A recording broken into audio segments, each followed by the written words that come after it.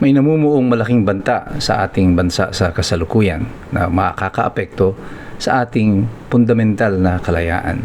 Ang tanong ng marami, ano ang nagiging kilos, tugon ng lipunan, ng civil society at ng simbahan sa harap ng malaking banta na ito ng charter change?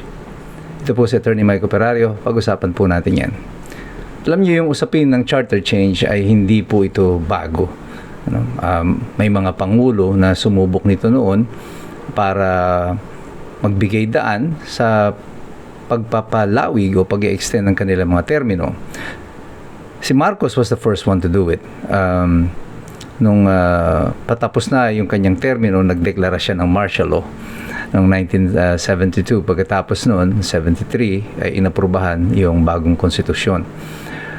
Sa panahon naman ni Cory Aquino, hindi pinag-usapan ng pamahalaan itong charter change kasi kapapalit lang natin ng konstitusyon. At isa pa doon ay nakapila na yung mga papalit sa kanya. Nagtutunggali na noon ang LDP sa ilalim ni Monching Mitra at saka ni si Fidel Ramos. Naglaban pa sila noon sa isang convention ng LDP. Nung natalo si Ramos, binuo niya yung lakas at eventually siya nga yung nanalo. Sa panahon ni Ramos, nagkaroon ng usapin tungkol dito sa charter change para sa extension ng kanyang termino. Pero agad din itong namatay kasi nga ay bago pa lamang din ang konstitusyon ng panahon na yon. At nagiging masidhi ang oposisyon ng lipunan sa anumang usapin ng pagbabago na muli ng konstitusyon. At yung simbahan ay nagsasalita rin tungkol dito.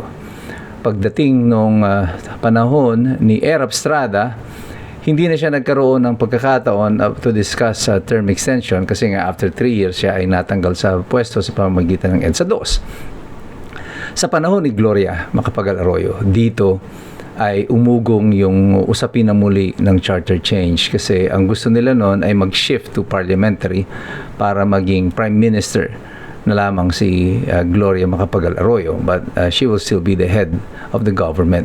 Pero dahil sa dami ng kontrobersiya ang kanyang kinapasukan nung panahon na yon, andyan na yung ZTE deal with the Chinese Communication Company na nagkaroon ng usapin ng bribe kung saan siya ay nakulong. Andyan yung Hello Garci tape, andyan yung mutiny nila Trillanes at marami mga usapin ng korupsyon. Hindi umusad itong usapin na ito sa charter change hanggang dumating po si Pinoy. Kay Pinoy, hindi po pwedeng pag-usapan itong charter change para pa-extend yung kanyang termino. Una, dahil hindi ito consistent sa posisyon ng kanyang nanay, si Cory Aquino. Ikalawa,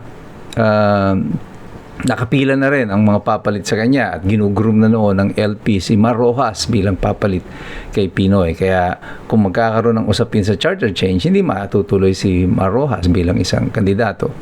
Sa panahon ni Digong, yung kanyang mga kaalyado, syempre, yung mga nagsisip-sip kay Digong noon, nilutang yung usapin na yan ng charter change. Pero it was shut down immediately by Rodrigo Duterte. And now comes BBM. Ito, 2023 pa lang, on the first year of their term, ay inilutang na agad nila yung usapin ng charter change. Tatandaan nyo noon itong People's Initiative na kunyari ay pakulo ng mga tao daw ang nag-initiate pero lumabas na yung pondo pala ay nanggagaling sa House of Representatives. So, ngayon, at the end of his term, or nearing the end of his term, he has less than 2 years remaining. Effectively, para mga 1 year na lang yan. Because next year, halos talagang ala na siya, lame duck president pag hindi nila na-execute itong Constituent Assembly nito. Ito na lang ang tanging pagkakataon para sa kanila na manatili sila sa pwesto. At tignan nyo yung interest involved dito. Ayon dun sa report ni Lito Banayo, ang proposal is that all incumbent congressmen and senators will have an automatic term extension. At pati ang Pangulo, syempre magkakaroon. So, ang nais nila mag-constitute ng Constituent Assembly bumuo sila o i-convert nila yung Kongreso into a Constituent Assembly para baguhin nila ang konstitusyon para ma-extend ang mga termino nila. Hindi ba't sobrang kakapala naman ang mukha nito na parang wala na silang pakialam sa mga Pilipino, wala kaming pakialam kung may karapatan kayong bumoto, ang mahalaga ma-extend ang term namin. Para saan? Para sa dagdag na maleta, para sa control ng budget.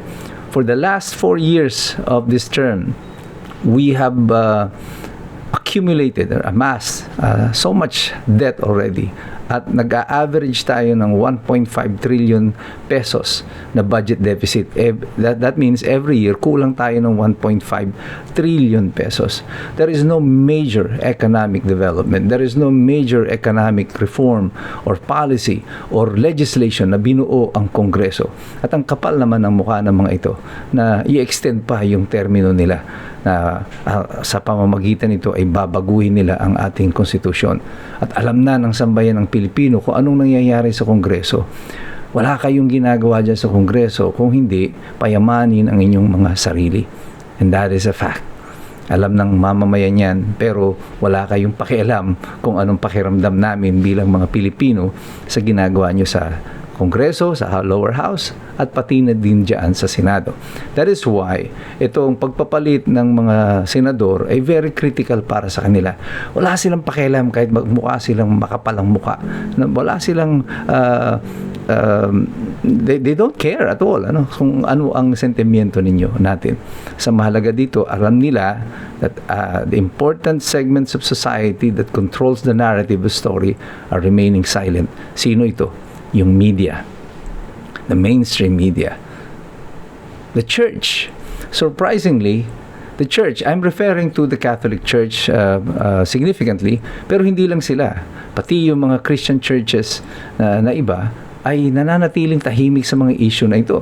Nung panahon ni Cardinal Sin, and you will miss a leader like Cardinal Sin, bilang siyang isang Katoliko, although hindi na ako Katoliko, but I really admire si Cardinal Sin because he stood on important issues concerning our society, yung pag-apekto ng ating mga karapatan. Nung panahon ni Marcos, ang simbahan noon, yung Catholic Church through Cardinal Sin, nanatiling vigilant at nagsasalita sila, kumukontra sila.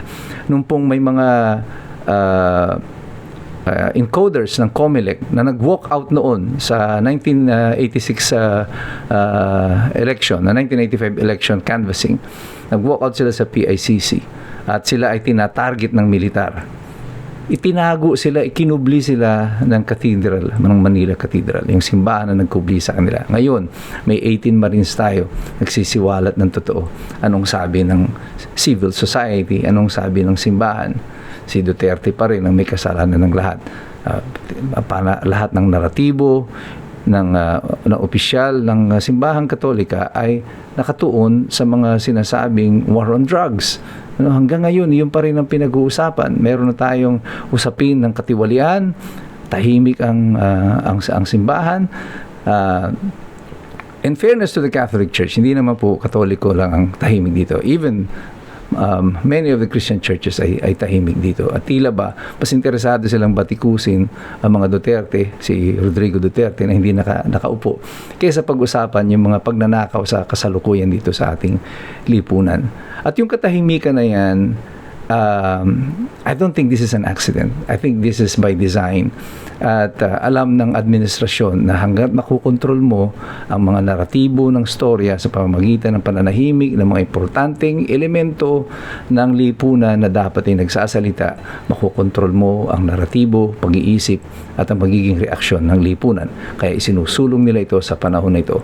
It's now or never for them. Pag hindi nabago ang konstitusyon sa ngayon, si Sara Duterte ang presidente sa 2028. Pero tayong lahat, patuloy tayong naririto.